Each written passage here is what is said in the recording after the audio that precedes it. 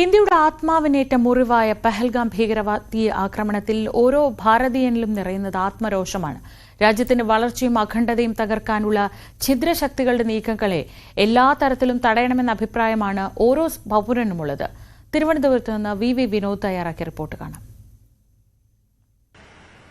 തീവ്രവാദ ആക്രമണത്തിന് പിന്നാലെ നയതന്ത്ര നീക്കത്തിലൂടെ ഇന്ത്യ പാകിസ്ഥാനെ പ്രതിരോധത്തിലാക്കി കഴിഞ്ഞു. ഇനി ആയുധം കൊണ്ടുള്ള ആക്രമണം ഏവരും പ്രതീക്ഷിക്കുന്നുണ്ട്. തിരുവനന്തപുരത്തെ ജനങ്ങൾ ഇക്കാര്യത്തിൽ പ്രതികരിക്കുകയാണ്. തീരെ മനുഷ്യത്വരഹിതമായ ഒരു ആക്രമണമായിരുന്നു നടത്തിയത്. തീർച്ചയായിട്ടും അതിന് പകരം വീട്ടുക തന്നെ വേണം. അന്നേ അത് ശക്തമായി തിരിച്ചടിച്ചിരുന്നെങ്കിൽ ഇന്ന് ഇത് ആവുന്നത്. ഇത് ഇന്റലിജൻസ് ബ്യൂറോയുടെ ഒരു പരാജയം ഇതിനകത്തുണ്ട്, വീഴ്ച ഇതിനകത്ത് കാണുന്നുണ്ട്. കാശ്മീരില് ശരിക്കും പറഞ്ഞാൽ ഇന്ത്യ ഇപ്പം ഈ പറഞ്ഞ ഇത് ആർട്ടിക്കിൾ ഇതില്ല. അതിനുശേഷം കുറെ വികസനങ്ങളും കാര്യങ്ങളൊക്കെ കൊണ്ടുവന്നു. പലർക്കും ഇന്ത്യയോട് പ്രതിബദ്ധത തോന്നി തുടങ്ങിയതാണ്. പക്ഷെ ഇവർക്ക് പല കാരണങ്ങളുമുണ്ട്. ഇന്ത്യയെ ആ പഴയ ടു നേഷൻസ് തിയറിയുടെ ബേസിസിൽ ഇപ്പോഴും സ്പ്ലിറ്റ് ചെയ്യണം എന്നുള്ള ആഗ്രഹത്തിലാണ് ഇരിക്കുന്നത്.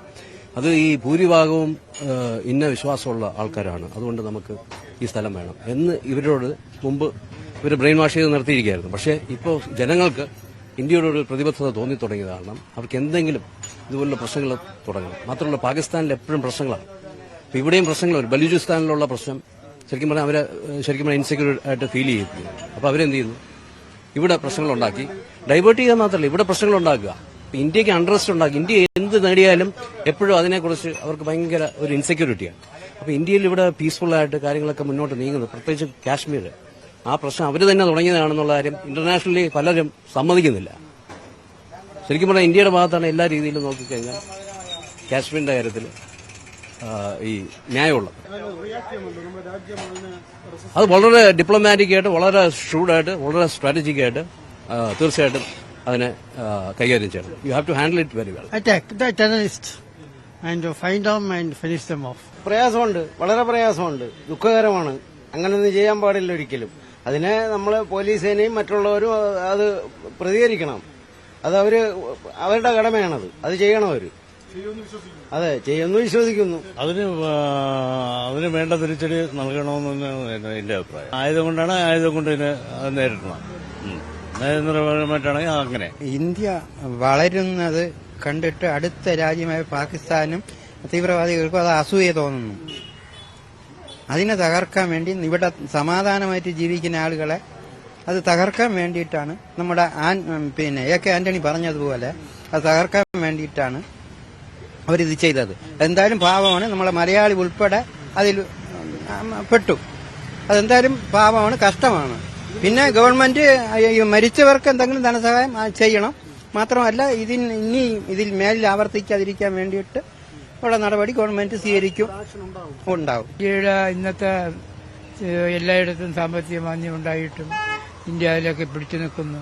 അതിനൊക്കെ ഒരു പോരായ്മ ഉണ്ടാക്കണമെങ്കിൽ ഇങ്ങനെ ചില വേലകൾ ചെയ്താലേ ഇന്ത്യ പരാജയപ്പെടുമെന്നാണ് അവരുടെ ധാരണ. ഇന്ത്യ പരാജയപ്പെടില്ല.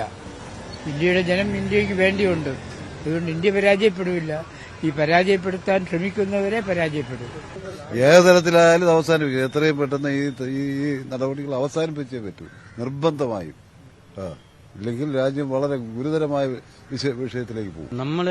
നമ്മുടെ നയതന്ത്രം പണ്ടേ സോഫ്റ്റ് കോർണറാണ്. പാകിസ്ഥാന് നമ്മൾ ഇതെല്ലാം പറഞ്ഞാലും പാകിസ്ഥാന് വെള്ളം കൊടുക്കേണ്ടത് വെള്ളവും കൊടുക്കും, അവർക്ക് ആഹാര സാധനം കൊടുക്കേണ്ട അതും നമ്മൾ അയച്ചു കൊടുക്കും.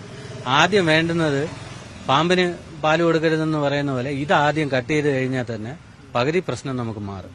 കാരണം നമ്മുടെ അന്നം വാങ്ങിച്ച് കഴിച്ചിട്ട് നമുക്ക് തന്നെ പണി വരുന്ന രീതിയാണ് അവരുടേത്. ഒരു യുദ്ധം അനിവാര്യമാണ്.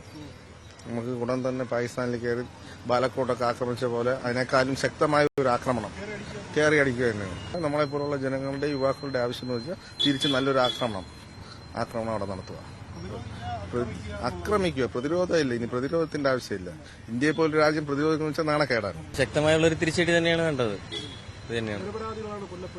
അതെ, തീർച്ചയായിട്ടും. അതെ, അവരൊന്നും വിചാരിക്കാത്ത കാര്യങ്ങളാണ് അപ്രതീക്ഷിതമായിട്ട് ഉണ്ടാകുന്നത്. അതിന് ശക്തമായിട്ടുള്ള തിരിച്ചടി തന്നെയാണ് വേണ്ടത്.